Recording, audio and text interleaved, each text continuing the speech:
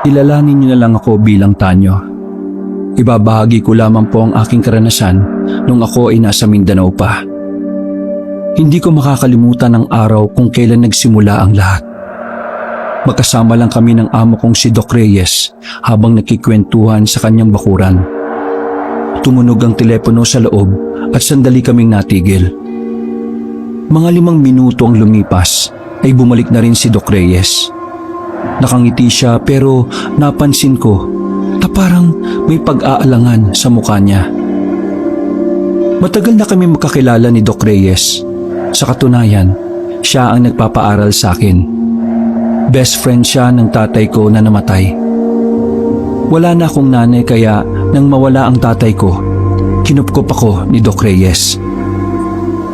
Mag-isa lang din kasi siya sa buhay. Kahit nasa edad 45 na, wala pa rin siyang napapangasawa. May mga naging nobya pero hindi rin nagtatagal. Nakakaapekto kasi talaga ang pagiging busy ni Doc Reyes. Volunteer doctor kasi siya. Nagpupunta siya sa iba't ibang barangay para check upin ang mga residente. Madalas nga na mag-isa lang ako sa bahay. Lagi siyang wala dahil na rin sa sunod-sunod na tawag sa kanya. Parang tatay ko na rin ang turing ko kay Doc Reyes. Pero ang sabi niya, ituring ko na lang siyang kuya. Mukha po yatang hindi maganda yung sinabi ng nakausap niyo sa telepono ha. Inabutan niya ako ng pinapapak niyang chicharon at saka tinabihan ako sa hagdanan. May tawag na naman sa akin eh. Ayos lang naman sana kaso ang layo. Malayo ho? Saan po ba yan? Sa Mindanao. Naku po, ang layo nga. Hindi ako sanay nung ganong kalayo. Tsaka hindi ko alam kung anong klase ng pamumuhay meron dun. Bawal po bang tumanggi? Yun nga ang problema eh. Naka-oo ako. Naawa kasi ako dun sa mga bata at matanda dun sa lugar na yon. Di tutuloy po kayo. Well, walang choice. Tutuloy talaga. Ang problema ko pa, wala akong kasama. Alam mo namang mga nakwento ko sa'yo, di ba? Hindi ko kasundo yung mga kasamahan ko. Pwede po bang hindi nurse o doktor yung isama? Bakit? Gusto mo ba? Kung pwede lang ho. Ako na lang po yung sasama sa inyo. Oo nga no. Bakasyon nyo naman sa school, di ba? Mabuti pa nga ikaw na lang. Sasabihin ko na lang na lalakad ako mag-isa pero isasama kita. Ayos! Kinabukasan ng umaga ay naghanda na rin kami ni Doc Reyes. Malalaking bag ang dala namin. Natitiyak kasi namin na tatagal kami ng ilang araw doon. Lalo na't ayon sa data na ibinigay kay Doc Reyes, marami-raming bata at matanda ang may sakit doon. Maaga rin kaming nakarating ng pier. Maganda-ganda ang napwestohan namin sa barko. May sarili kaming higaan. Sobrang haba ng biyahe na tinahak namin. Kaya na makarating kami, nakaramdam ako ng kaunting hilo. Madaling araw na nang makarating kami sa Mindanao. Nahirapan pa kaming makahanap ng masasakyan dahil walang dumadaan sa ganung oras. Mag-uumaga na nang may isang truck ang nagmagandang loob. Ilan sa aming mga nasa pier ang naisakay. Pagsapit ng 7:00 ng umaga, bumaba na rin kami sa isa pang terminal. Sumakay kami roon ng tricycle. Tapos bumaba kami ulit sa isa pang terminal. Nasa 4 na beses kaming nag-tricycle at sa pinakahuli ay pinilit na naming ihatid kami sa Sapang Palay. Wala na raw kasing dumadaan doon. Pero buti naman nakuha ang driver sa pakiusap. Habang nasa biyahe kami kabanong, ay napansin namin ni Doc Reyes na tingin ng tingin sa amin yung driver. Medyo nakakailang na rin. Pero ang sabi ni Doc Reyes, wag ko nalang daw pansinin. 2:00 na ng hapon nang ihinto kami ng driver sa gilid ng kalsada. Ilang lakaran na lang ay bungad na ng Sapang Palay. Kaya hindi namin maintindihan kung bakit hindi pa kami doon hininto. Oh, anong problema? Pasensya na ho pero bawal kasi akong pumasok dyan eh. O bakit naman bawal? Parang may bahid ng takot ang mukha ng driver. Hindi siya mapakali. Galaw ng galaw yung daliri niya at kung saan-saan tumitingin. Basta, pasensya na Ayaw ko lang magsalita, baka mapahamak pa ako. O bakit ba? Ano bang meron sa baryo na yan? Hindi na nagsalita ang driver. Tinulungan niya na lang kaming ibaba ang mga gamit namin. Nung mga oras na yon, nawiwirduhan na talaga kami sa lalaki. Nagsimula na siyang mamutla na hindi naman namin alam kung bakit. Bago niya paandarin ang tricycle, may sinabi pa siya sa amin. Hindi ko alam kung ano ang gagawin nyo dyan sa sapang palay, pero sana makauwi pa kayo sa inyo ng ligtas. Napanganga na lang kami sa sinabi niya at sa kanya pinaharurot ang tricycle. Samantalang kami naman, pinagtulungan na lang namin bitbitin yung mga gamit namin. Baka po meron siyang kaaway dyan o baka lagi pong may nag-aaway sa baryo na yan.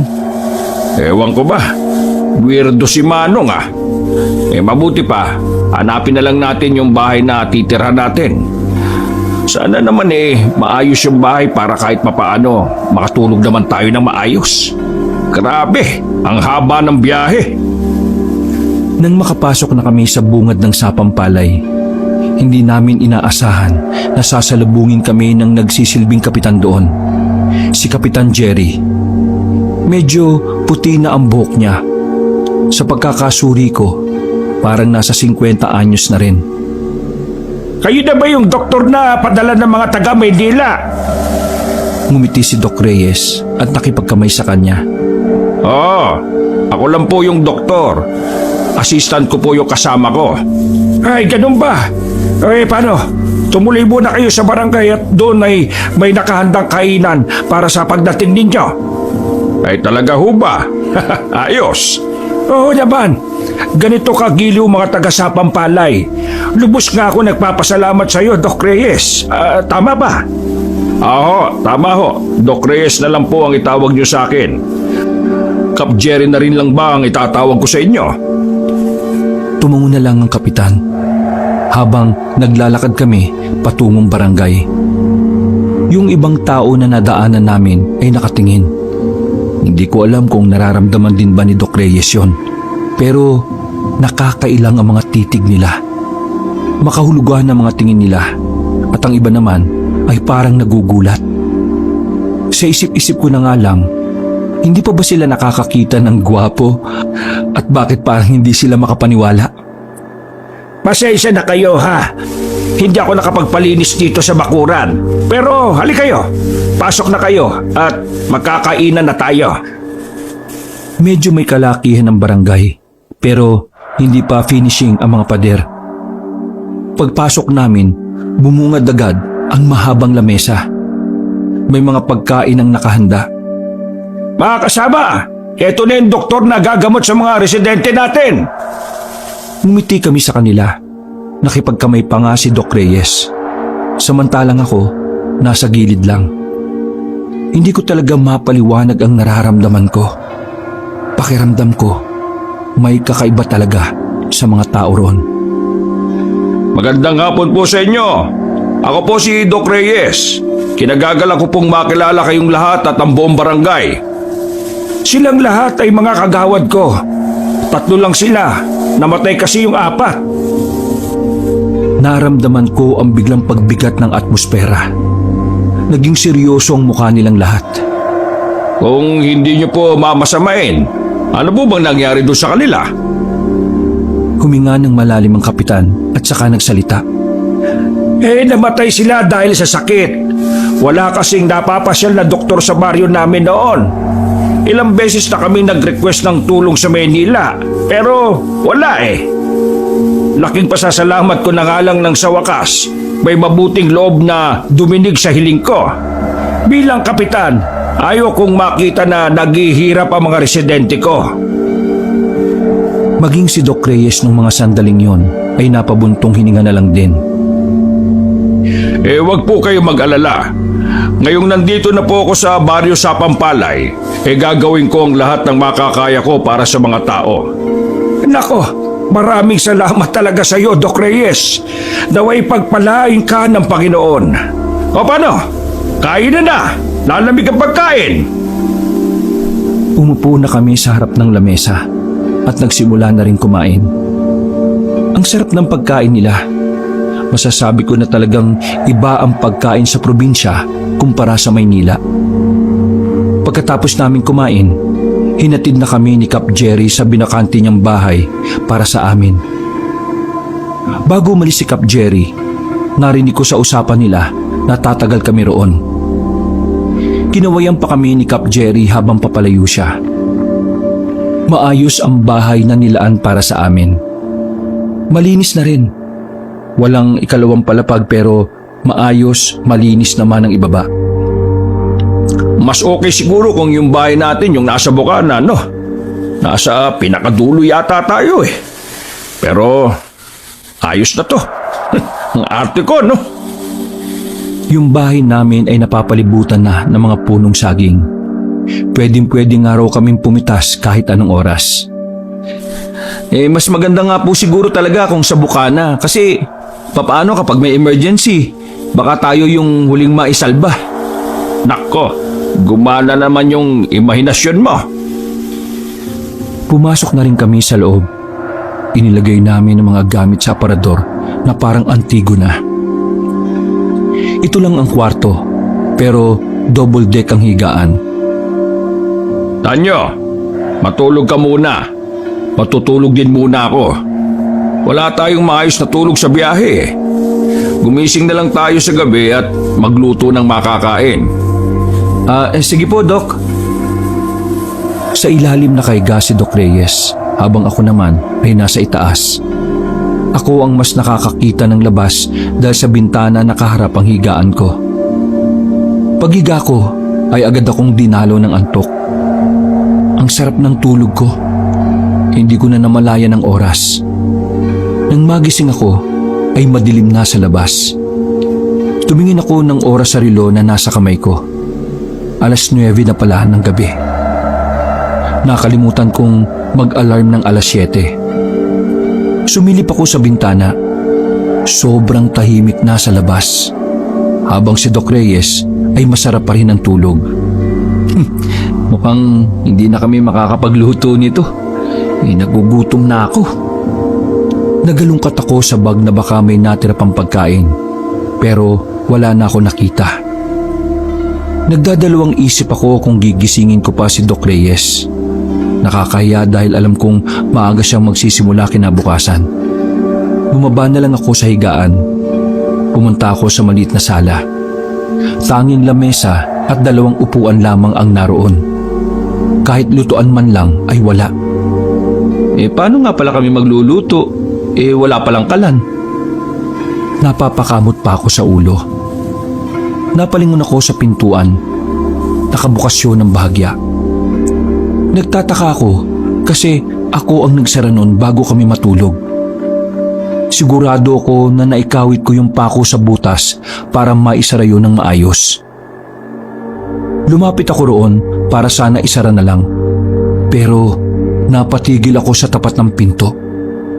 Parang may nakita akong imahe ng tao sa labas.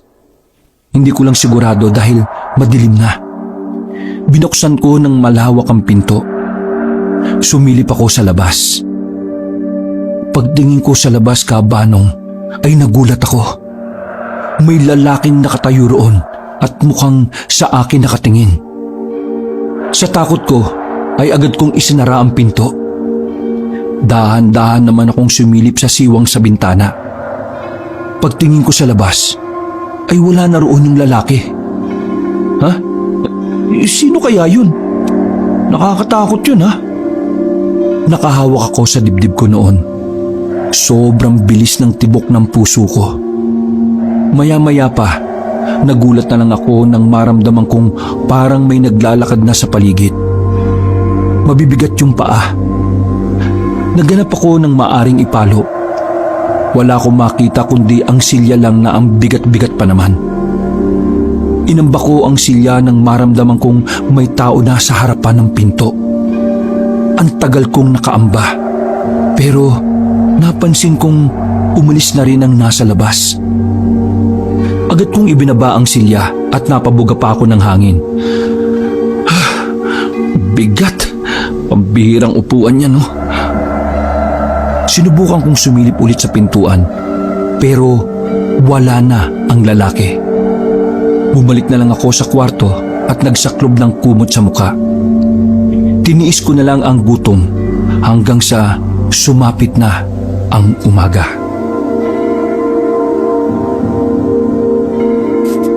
Hindi na ako nakabalik sa pagtulog, Kabanong.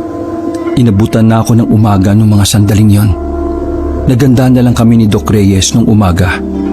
Nanghiram kami ng isa pang lamesa para sa gaganaping konsultasyon ng mga tao. Napagkasunduan kasi ni Cap Jerry at Doc Reyes na sa bahay nilang papuntahin ng mga tao para daw hindi na rin kami mahasel. Ang kaso nga lang, mag-aalas 9 na ng umaga pero wala pa rin tao sa bakuran namin. Nung una inakala namin na baka walang alam ang mga residente na sa bahay gaganapin ang konsultasyon. Kaya naman inutusan ako ni Doc Reyes na pumunta ng barangay para ipaalam sa kapitan ang lagay ng sitwasyon. Napakamot na lamang sa ulo si Kapitan Jerry nang nagsabi ako sa kanya. Ay, pasaway talaga ang mga taong yan. Sila na nga ang pagagalingin, ayaw pa nila. Kita ko sa mukha ni Kapitan ng pagkadismaya na may halong inis. Kagawad Bon! Itipon mo nga yung mga tanod at roronda tayo. Aabisuhan natin ang mga residente. Tumugon naman ang pagsang-ayon ng kagawad na yon na nasa labas. Tinapik ako ni Cap Jerry sa balikat. Humingi siya sa akin ng paumanhin dahil sa nangyari. Maya-maya pa ay lumabas na rin ako. Nauna akong umalis dahil kailangan kong balikan si Doc Reyes. Habang naglalakad, napansin ko ang mga kabahayan na nakasarado. May mangilan-ngilan na sumisilip pero mga mata lang nila ang nakikita ko. Hindi ko alam kung ano ba talaga ang meron sa kanila. Mula nang dumating kami, ang wiwirdo na ng mga galawan nila. Bigla ko tuloy na alala ang naranasan ko nung gabi. Nagdadalawang isip pa ako noon kung sasabihin ko ba kay Doc Reyes. Malayo pa lang ako ay tanaw ko na si Doc Reyes sa tapat ng bakuran namin. Nakapamewang siya. Anong sabi ni Kapitan? Roronda po daw sila at abisuan yung mga tao. Sinabihan naman nila kahapon ng mga tao, hindi ba? Hindi kaya ayaw talaga ng mga residente? Ayaw? Sino pong tao ang aayaw gumaling sa sakit?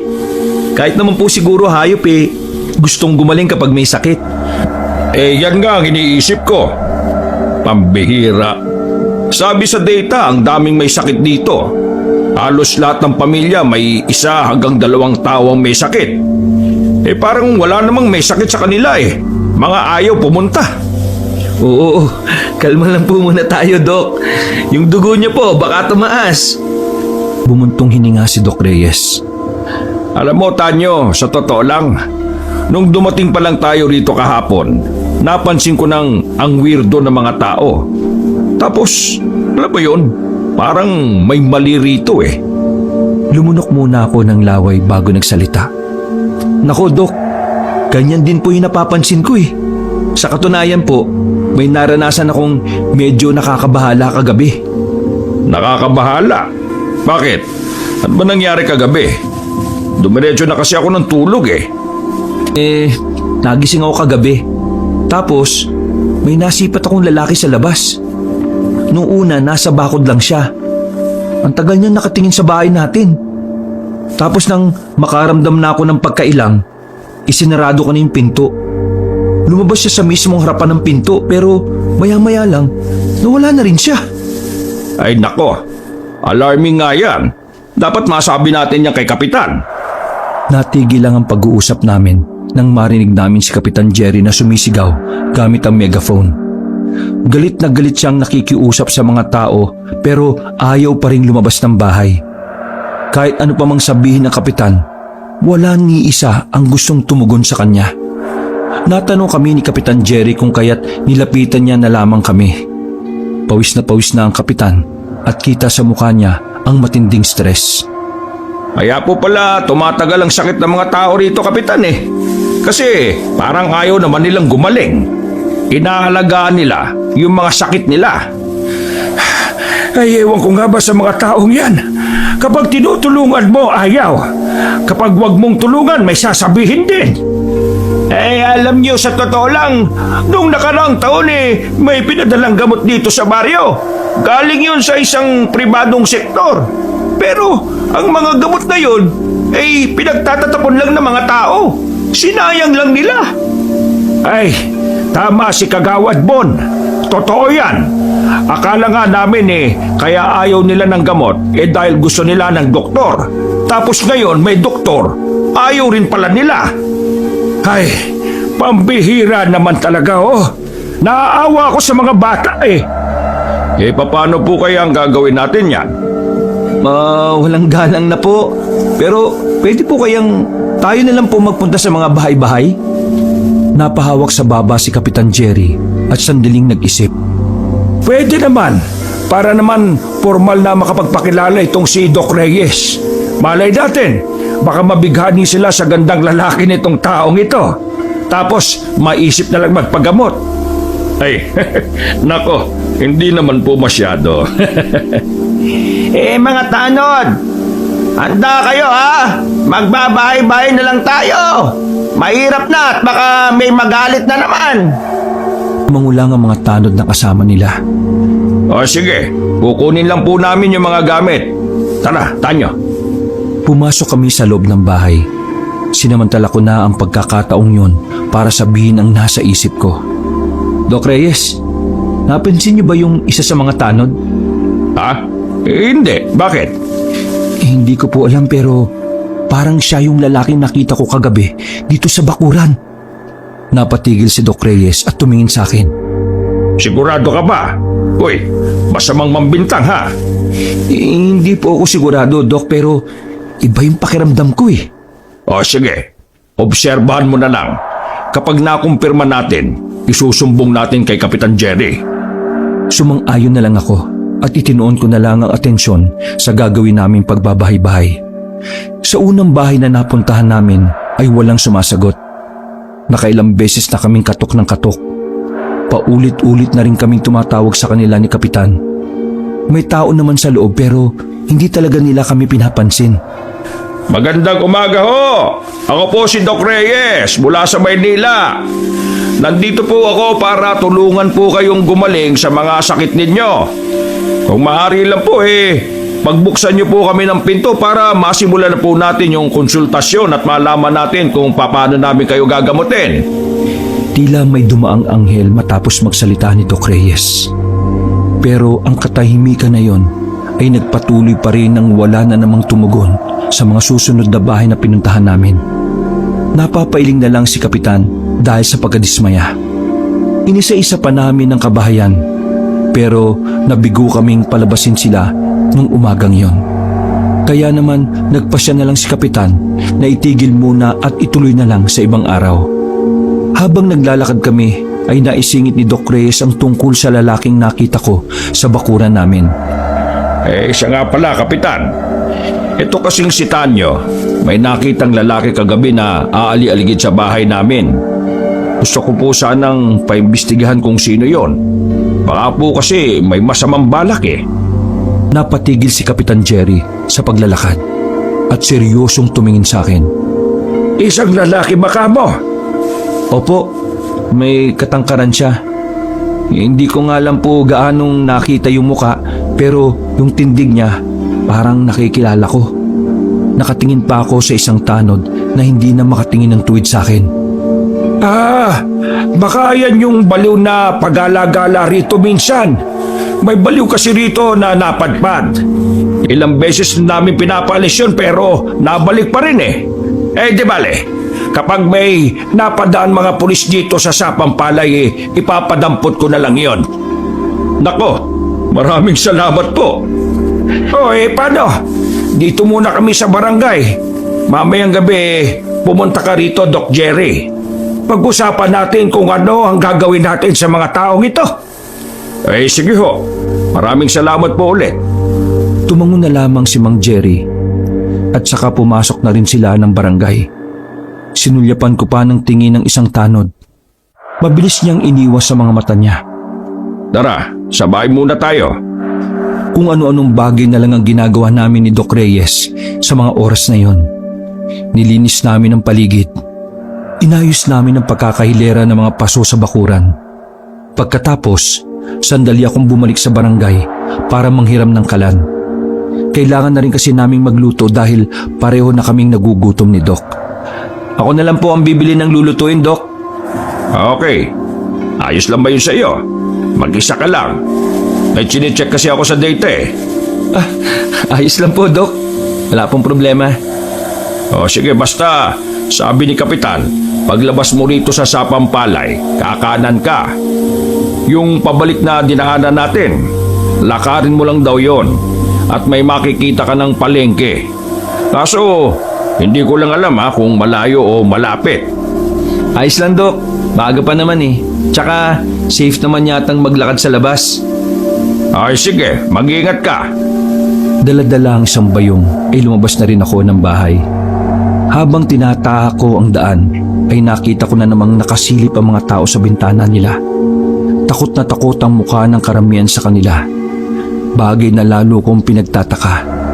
Karamihan sa kanila ay namamahayat na. Halatang halata na may iniinda silang sakit. Ano kayong problema ng mga taong ito? Sila na nga ang gagamutin, ayaw pa nila. Di kaya gusto na lang talaga nilang mamatay? Ay, ewan ko sa kanila. Hindi ko na lang sila pinansin. Pinuntahan ko na lang ang sinasabing palengke ni Doc Reyes. Mga nasa 15 minutong lakaran lang naman mula sa Sapang Palay. Pagdating ko roon ay walang gaanong tao. Pero kapansin-pansin na doon talaga ang pamilihan ng mga baryo.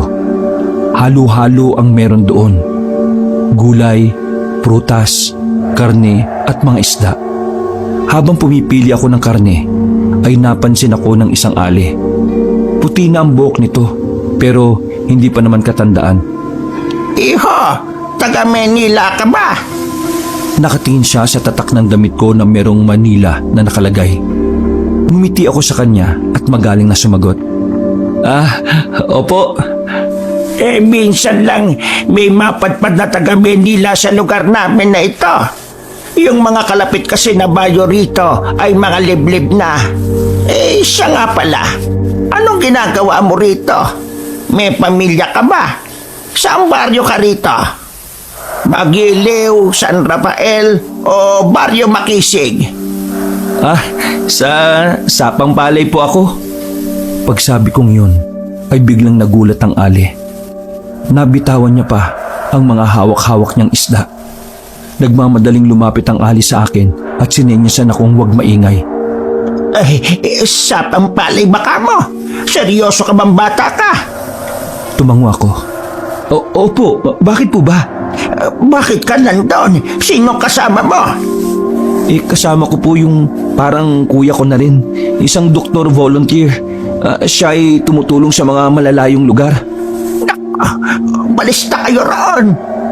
Bakit po? Ikararating lang po namin kahapon. Bakas sa mukha ng ali ang kakaibang kaba. Ramdam ko ang pagkabahala niya base sa kanyang reaksyon at boses. Inilalagay niyo lang ang inyong sarili sa kapahabakan. Wala ba kayong alam sa baryo na yon? At bakit basta na lang kayo pumasok doon? Nalilito po ako.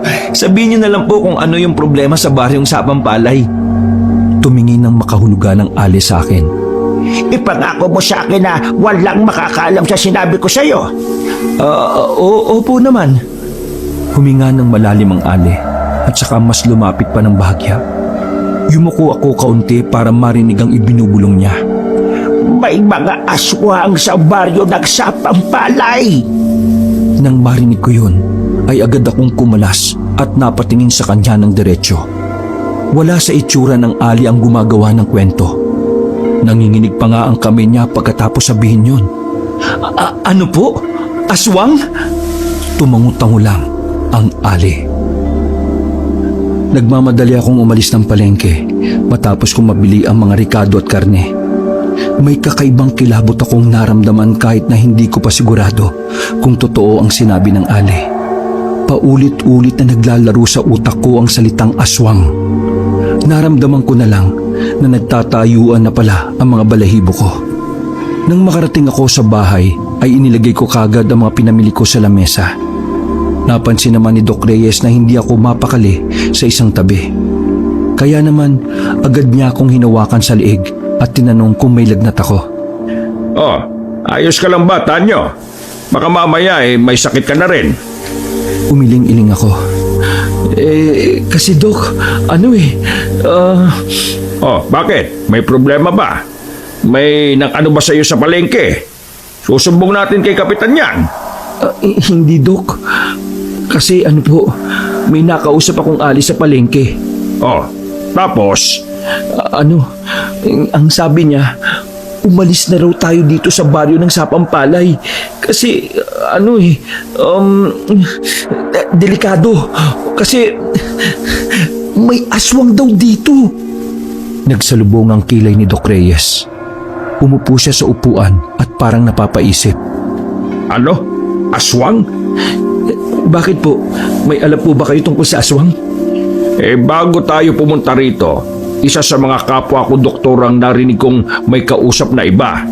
Sabi niya rin, may aswang dito sa pupuntahan natin. Totoong may aswang pala dito. Hindi pa natin makukumpirma yan. Sa ngayon, wala pa naman kasi tayong nakikita o nararanasan man lang. Doc, paano po kung yung lalaking aali-aligid dito sa bahay natin isa palang aswang?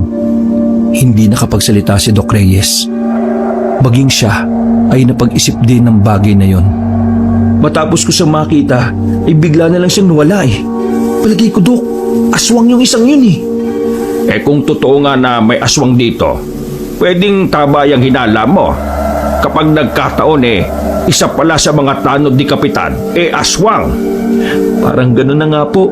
Kasi yung tanod doon, pakiramdam ko, siya talaga yung umaligid dito sa bahay natin Nako, delikado yan. Dapat mag-ingat pala tayo sa mga kinakausap natin. Bakit po, Doc? Naniniwala po ba kayo sa aswang? Tumayo si Doc Reyes at saka sinimulan na ang paghihiwa ng mga rekado. Nung buhay pa ang tatay mo, may karanasan kami sa aswang noong nasa Kapis kami. Totoo yan sila. Pero hindi ko lang alam sa ngayon kung meron pa. Sasabihin ba natin kay Kapitan? Wag na muna. Problemado pa yun sa mga residente rito. Mag-obserba na lang muna tayo sa paligid. Sinang-ayunan ko na lang din muna si Doc Reyes. Hininto na namin ang usapan na yon at nagsimula na lang kaming magluto. Nang sumapit ang tanghali, ay kumain na rin kami. Pagkatapos ay nagpatunaw lang kami sandali ng kinain dahil makulimlim naman noong mga sandaling yon. Naisipan namin ni Doc Reyes na maglakad-lakad na lang muna sa labas. Baka sakali rin na meron kaming makausap kahit isa lang sa mga residente. Hindi pa kami gaanong nakakalayo. Meron na kaming nakitang lalaking nagwawali sa loob ng kanilang bakuran. Mapayat ang lalaki. Mukhang hindi na yung kumakain. Agad kaming lumapit doon. Sinubukan naming tawagin yung lalaki. Nung una ay tumingin lang siya sa amin. Pero kalaunan ay lumapit siya at tinanong kami. Sino ba kayo at bakit kayo nandito? Ako po yung doktor na mula sa Maynila. Nandito po ako kasi humingi ng tulong si Kapitan sa amin. Ang sabi niya, marami daw pong may sakit. Kaya naman, Oo, maraming may sakit dito. Pero wala kaming balak na magpagaling. Mas gugustuhin pa naming mamatay sa sakit kaysa magpagamot sa'yo. Ramdam ko ang gigil sa tinig ng lalaki. Para siyang galit. Pero wala kaming ideya kung saan nanggagaling ang gigil niya. grabe naman po yun. Lahat po tayo deserve na mabuhay. Hindi nyo dapat sinasayang ang buhay ninyo dahil kaloob sa atin yan ng Diyos. Diyos! Walang Diyos! Kung meron, hindi niya hahayaang magkandaletse-letse ang buhay ng mga tao rito. Nangyari lang naman ang lahat ng ito nang dumating ang gagong kapitan na yan. Tinapi ko na lang si Doc Reyes para senyasan siya na hayaan na lang ang lalaki. Mukha kasing mas lalo lang magagalit ang lalaki kapag pinahaba pa namin ang usapan. Pasensya na po kung ano man ang pinagdaraanan ninyo. Pero ano po bang pangalan ninyo? Sa tanong ko na yon, ay napansin naming tila unti-unti siyang huminahon. Hindi ko sasabihin. Napalingon kami sa isang ginang mula sa loob ng bahay. May hawak pa itong sandok at sabog-sabog pa ang buhok ng lumabas. Sino ba yung kausap mo na yan? Binanggit mo pa yung pangalan ko, siraulo ka talaga. Sabay na silang pumasok ng bahay pagkatapos nun. Pinagsasara nila ang mga bintana. Palagay mo, Tanyo, ano kayang nangyari dati at bakit mukhang ayaw ng mga tao kay Kapitan Jerry? Ewan ko nga, Dok. Nahihiwagaan nga rin ako eh. Naglakad na lang kami palayo. Gumala-gala na muna kami sa buong sapang palay. Malaki-laki rin kasi ang baryo. Sa katunayan, may iba pang mga bahay ang abandonado. Ang pagkakasabi sa amin ni Kapitan, bahay daw yon ng ibang pamilya na umalis. Naintriga kaming dalawa ni Doc Reyes, kaya sinuri namin ang bahay.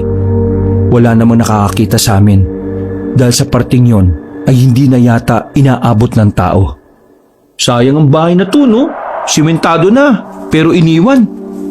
Mga ganitong bahay sa Maynila mabibenta mo to ng $250,000 kahit walang second floor. Pero bakit kaya nila iniwan? Binuksan namin ang pintuan. Pagpasok namin sa loob, may sala rin yun na kasing laki lang din ang tinutuluyan namin. Baka naman hindi talaga sa kanila ito. Inupahan lang siguro. Pinagmamasdan namin ang buong bahay. Marami ng alikabok at sapot ng gagamba. Inupahan lang? Bakit po may mga gamit pa rin dito?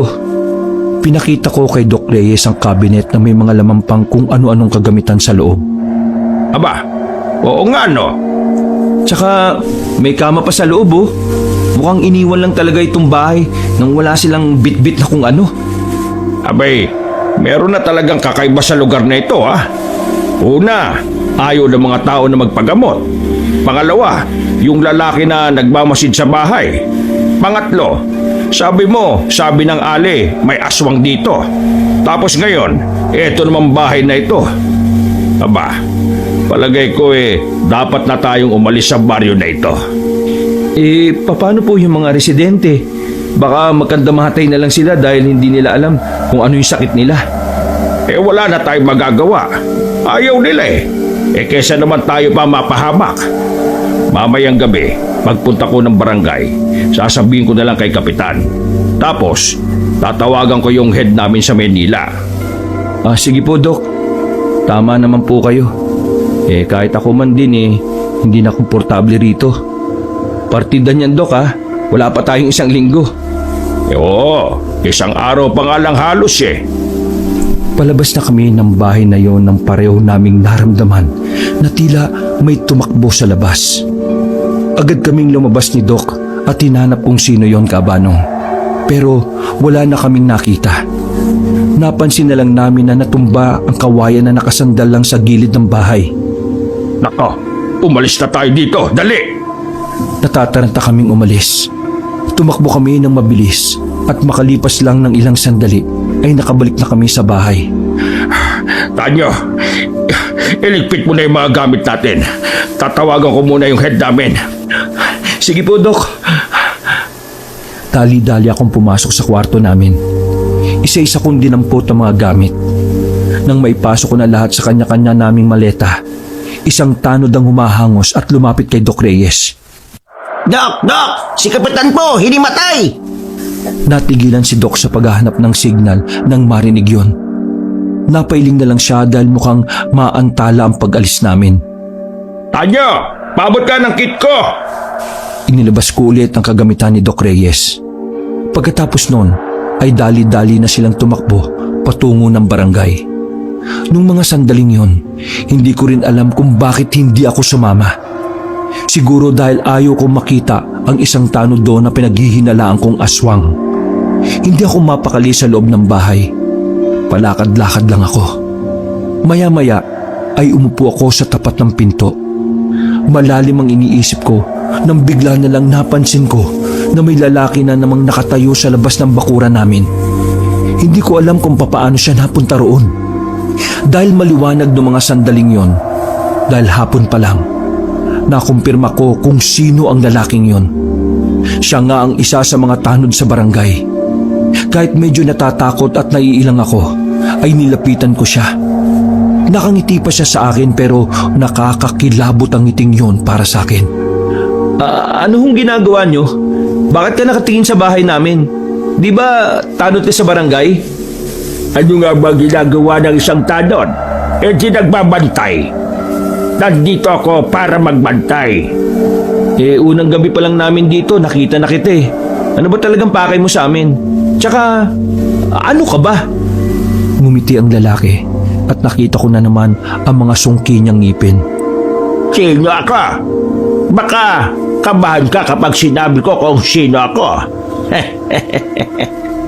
Pinagmasdan ko siya mula ulo pababa ng paa. Napansin ko na wala siyang tsinelas at ang dumi-dumi ng paa. Doon na ako nagduda kung talaga bang tanod siya o may iba pa siyang papel sa baryo na yon. Masaya ako na may 2 taong bago rito sa baryo. Pero mas masaya ako kapag napagaling ni Doc lahat ng mga may sakit. Bago umalis ang lalaking yon, ay nag-iwan pa siya ng kataga. Mag-iingat kayo ha. Sana makauwi kayo nagligtas. Ang tanging nagawa ko lang ay pagmasdan siyang papalayo. Saka lamang umandar ang matinding kaba sa sistema ko nang wala na siya sa paningin ko. Sa takot ko ay nagmukmuk ako sa loob ng kwarto namin. Sinarado ko ang pinto at mga bintana. Hinintay ko na lang na makabalik ulit si Doc Reyes. Pero sumapit na ang kinagabihan ay wala pa rin si Doc. Nag-aalala na ako kung ano ba talaga ang nangyari. Sa isip-isip ko kaabanong baka malala ang lagay ni Kapitan Jerry. Kaya naman napilitan na akong lumabas ng bahay. May dala-dala akong kutsilyo. Mabuti na lang ay wala sa paligid ang weirdong tanod. Nagmamadali akong maglakad patungong barangay.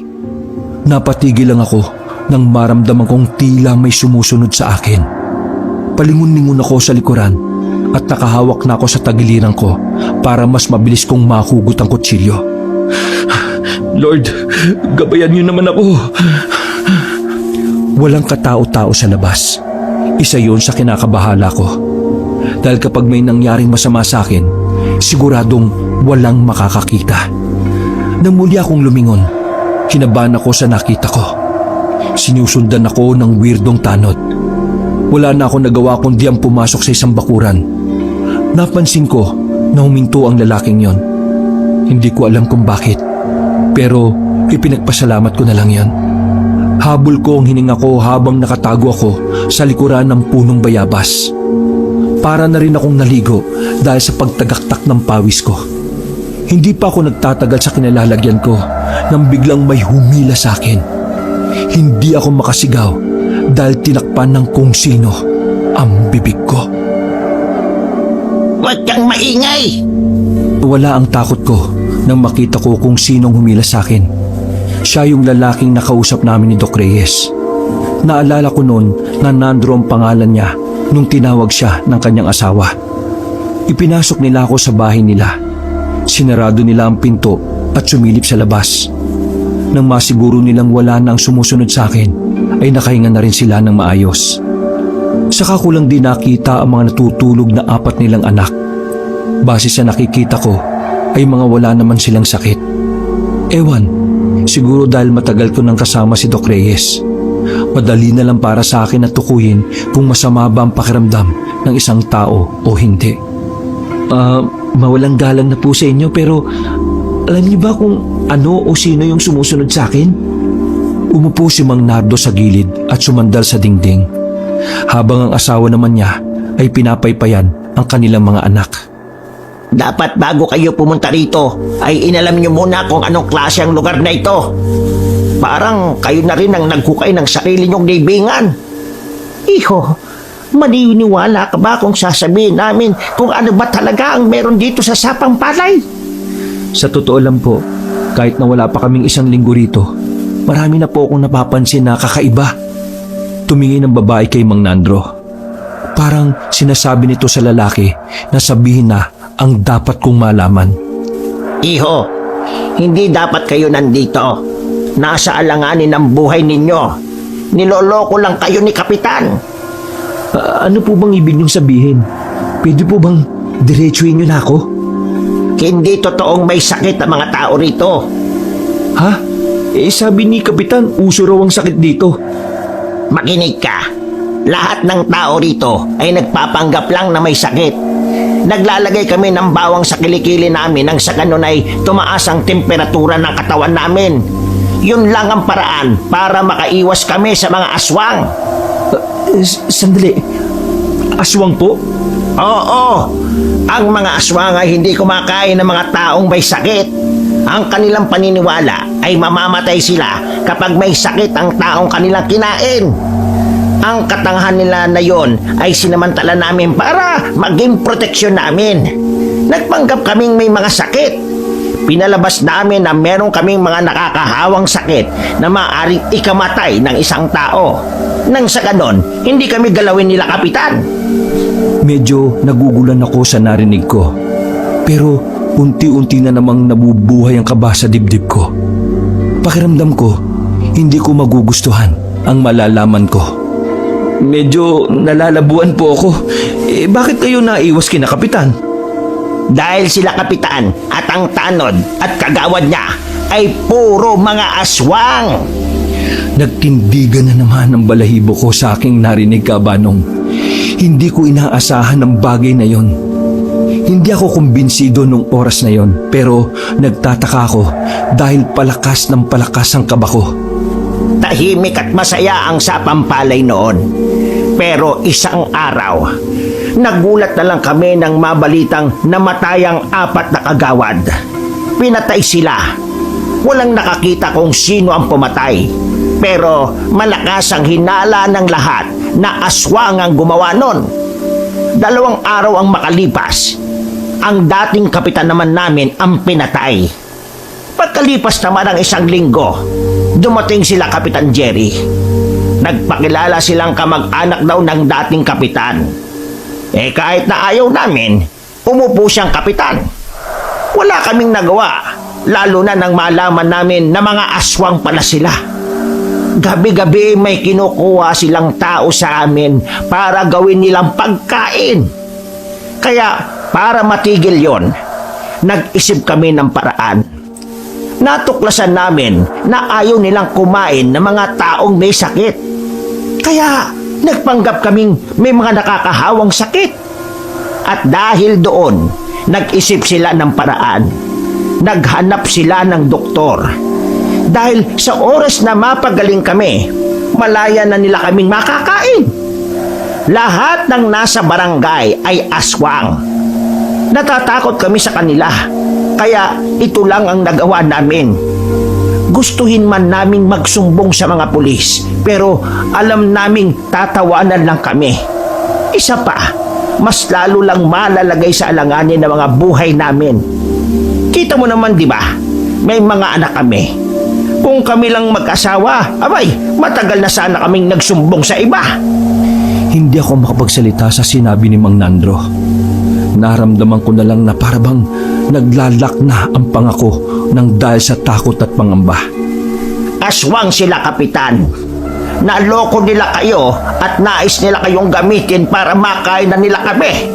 Pero dahil alam na naming isang araw may darating na doktor dito, kailangan naming magmukmuk sa bahay. Iho, dahil sa ginagawa naming pag-iwas sa panggagamot, kayo ang malalagay sa alanganin. Dahil kayong 2 lang naman ng kasama mong doktor ang malusog ang pangangatawan dito. Kaya kung gusto nyong makaligtas, abay, umalis na kayo ngayong gabi. Kung aswang pala sila, Kapitan, ibig sabihin, nasa panganib si Doc Reyes ngayon. Bakit? Nasaan ba yung doktor na yon? Pinuntahan niya kanina si Kapitan Jerry kasi sabi ng isang tanod, kinimatay daw si Kapitan. Ay, Diyos ko, Mariosep! Nadloko na ang kasama mo! Anong gagawin ko? Hindi ko alam kung paano ako pumunta doon. Baka ako naman ang mamatay. Malapit na akong maiyak ng mga sandaling yon. Inabutan na lang ako ni Mang Nandro ng isang itak na kinakalawang na ang katawan. Hindi ko maaaring iwan ang pamilya ko rito. Kaya yan lang ang may tutulong ko sa'yo. Puntahan mo na ang kasama mo. Dalhin mo yung itak. Tapos itong bawang, isuot mo sa leeg mo. Niligay ni Mang Nandro ang kwintas na bawang sa leeg ko. Taga Maynila ka, hindi ba? Sabi nila, matatapang mga taga Maynila. Kaya, kaya mo na yan. Sapilitan pa akong itinulak ni Mang Nandro palabas ng kanilang bahay. Sa ayaw ko man o sa gusto, kailangan ko ng maglakas ng loob. Buhay ni Doc Reyes ang nakataya roon. Nanginginig pa ang tuhod ko kabanong habang naglalakad sa daan. Kapag nakakita ko ng madilim na parte, ay nagiging tamang hinala ko.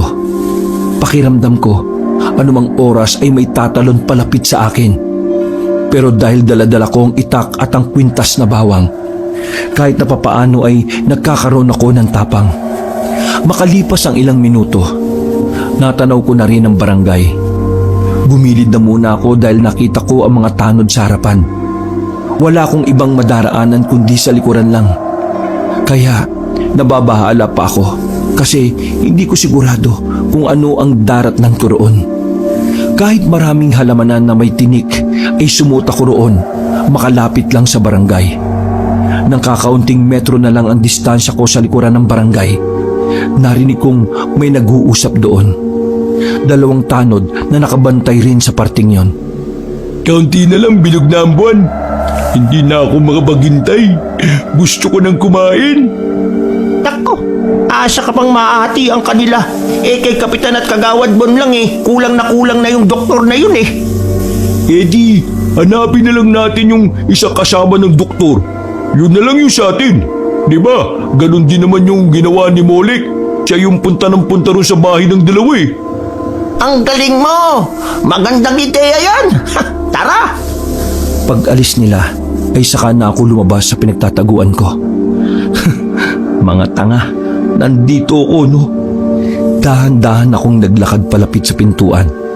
Pagsilip ko sa siwang, nakita ko sa loob na masayang nakikipag-usap si Doc Reyes kay Kapitan.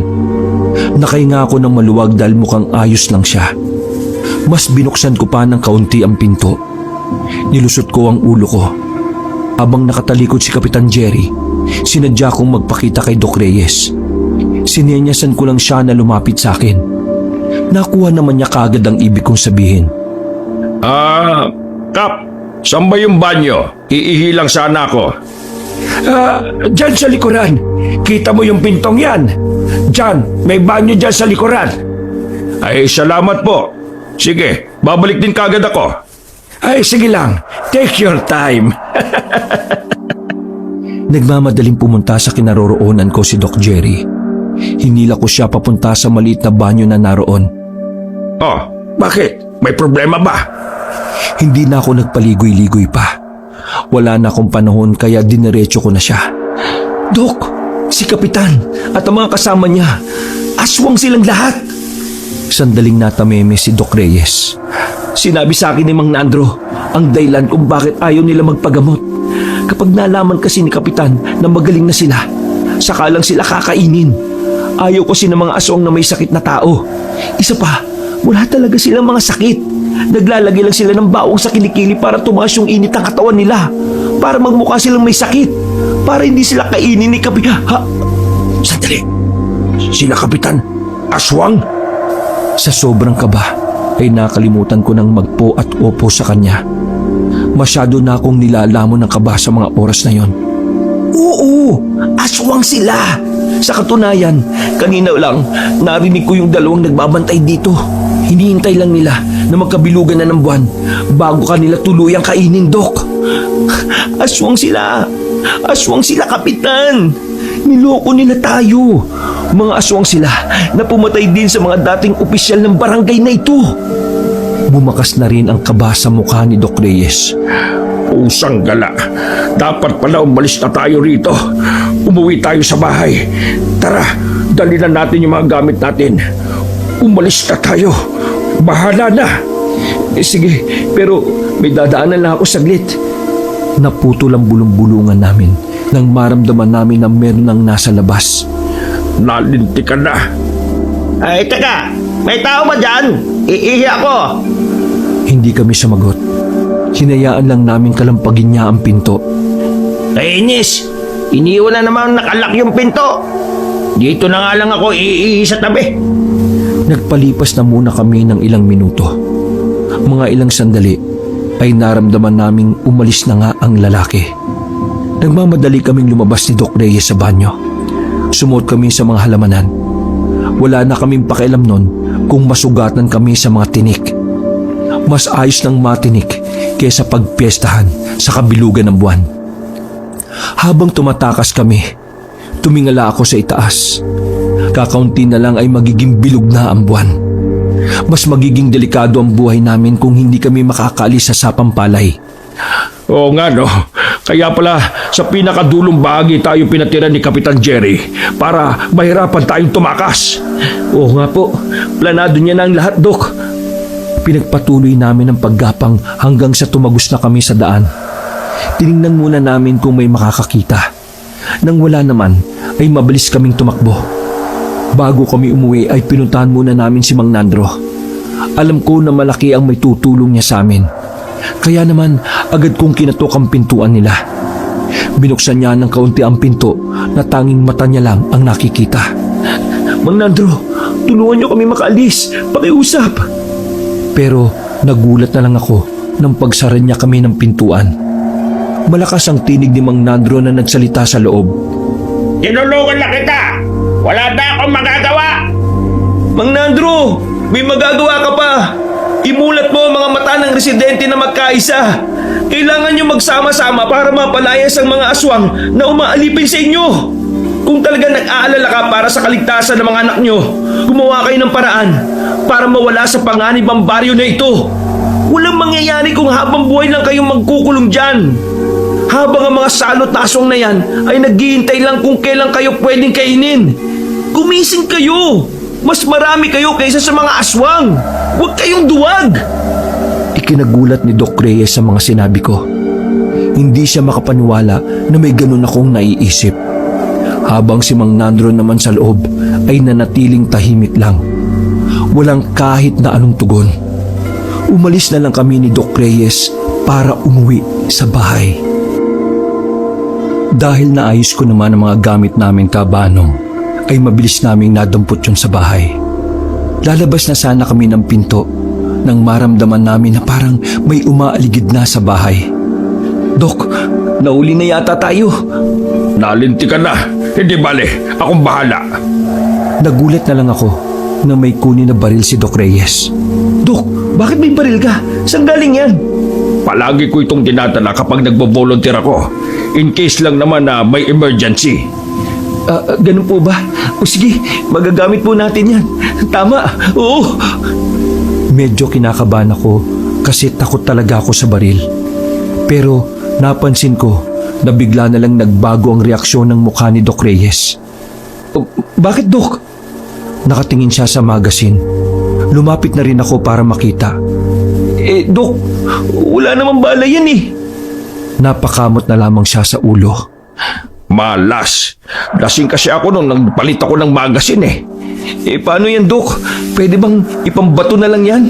Hindi no, ang mahal nito. Ipapanakot ko na lang to. Sayang eh. Mga ilang sandali lang ay napalayo na rin kami sa pinto. Meron nang kumakatok. Malalakas ang bawat katok na parang galit na galit.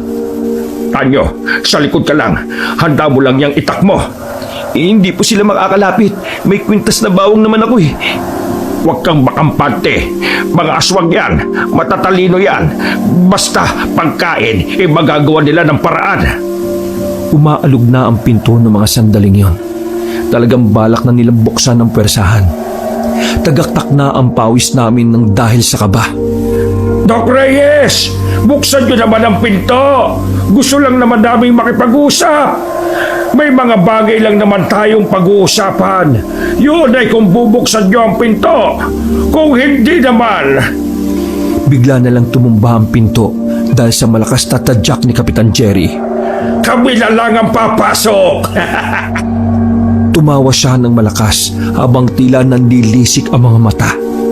Malayong malayo na siya sa unang kapitan na nakilala namin. Kinikilabutan na ako ng sobra noon, Kabanong. Gustuhin man naming tumakbo pero wala kaming ibang madaraanan. Nakaharang sila sa pintuan. Pumasok sila Kapitan Jerry kasama mga kagawad at tanod.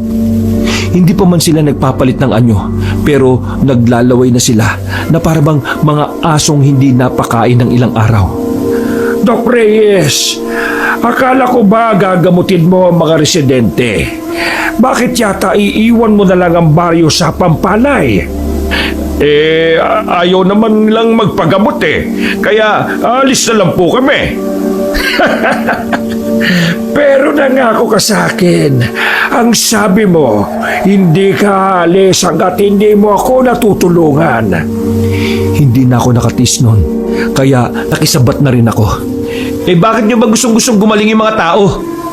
Nagtawanan ng mga kasama ni na Kapitan Jerry. Talsik-talsikan pa ang mga laway nito.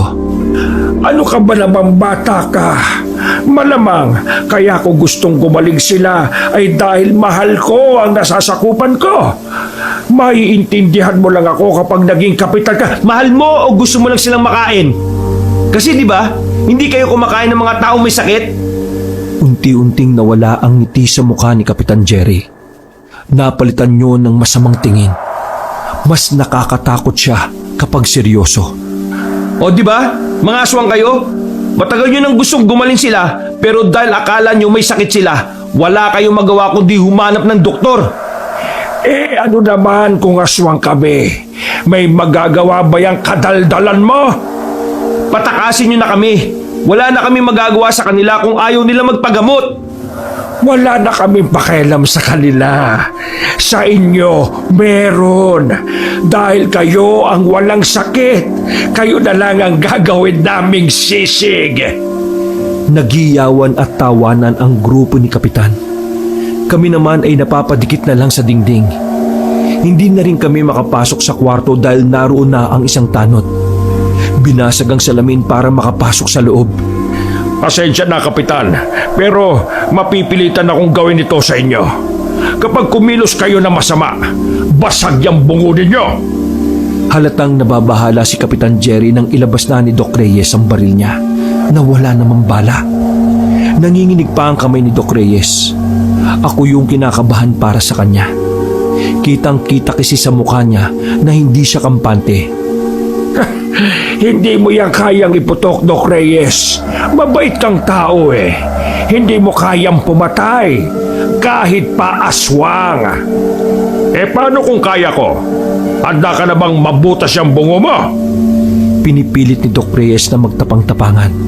Nang sa ganon ay hindi makahalata ang mga nasa harapan namin. Tumabi kayo at dadaan kami. Kung hindi, patay tong kapitan ninyo. Tabi! Dahan-dahang gumilid ang mga yon. Mukhang nagiging epektibo ang pakulo ni Doc. Pero kinakabahan talaga ako dahil baka makahalata sila na wala namang bala yung baril ni Doc Reyes. Naglakad kami palabas ng pinto. Nakatutok lang ang baril na hawak ni Doc sa kanila, kaya hindi sila makalabas. Doc Reyes, alam kong nagpapanggap ka lang na matapang. Kung talagang matapang ka, sige, iputok mo yan sa akin. Dali! Walang salitang lumabas sa bibig ni Doc Reyes. Oh, baka naman kasi wala naman talagang bala ang baril na yan. Muling umarko ang nakakatakot na ngiti ni Kapitan Jerry. Sa pagkakataon na yon, ang tanging magagawa na lang namin ay tumakbo. Takbo, Tanyo, takbo! Wala kaming sinayang na pagkakataon.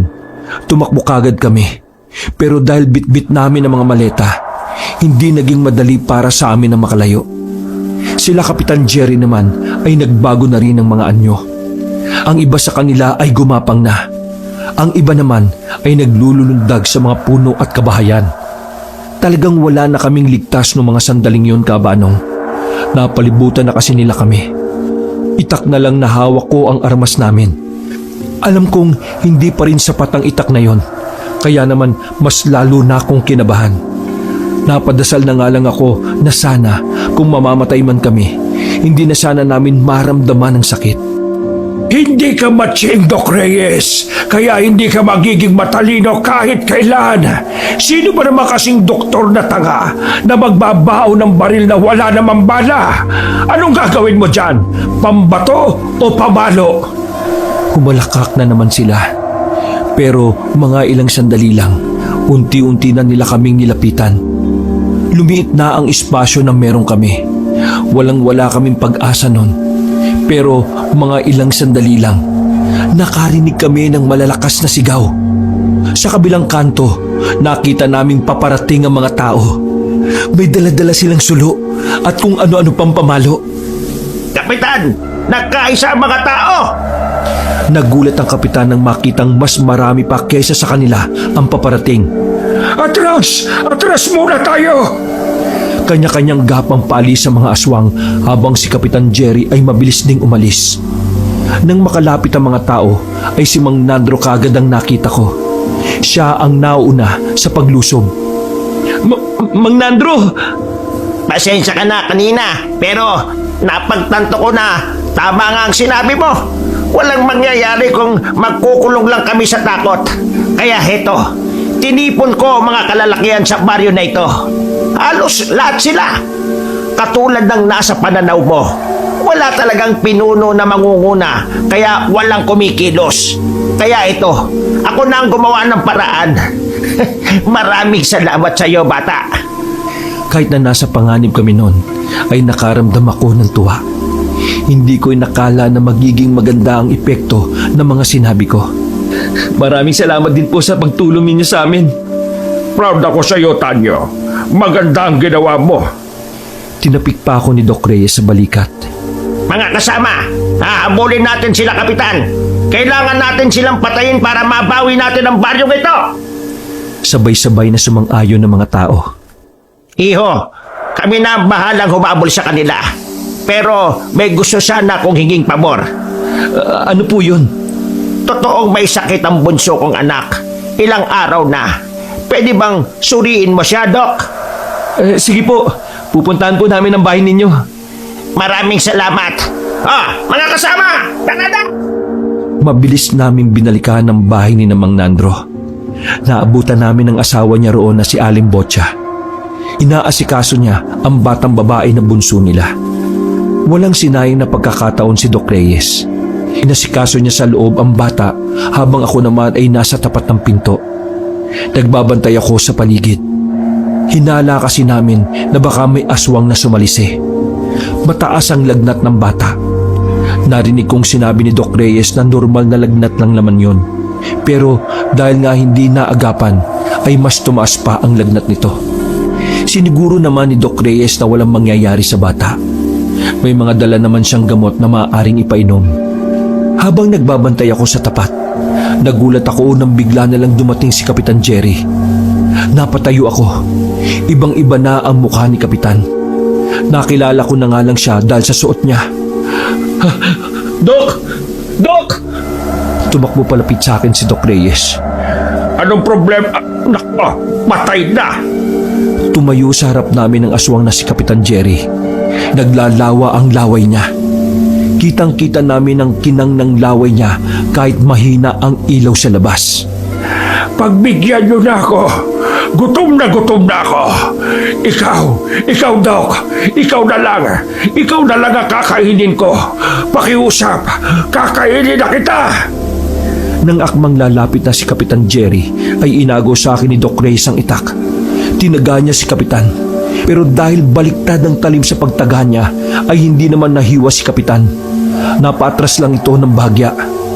Diyos ko, baliktad pala. Hindi ba naturo sa ospital kung paano gumamit ng itak? Sarkastiko si Kapitan, pero ramdam ko ang pagnanais ng makain si Doc Reyes. Kaya naman kinuha ko ulit ang itak kay Doc. Nasa aktong tatagayin ko na si Kapitan nang magulat na lang ako dahil bigla siyang bumulagta. Nakita ko na lang na merong nakatarak na palaso sa ulo niya.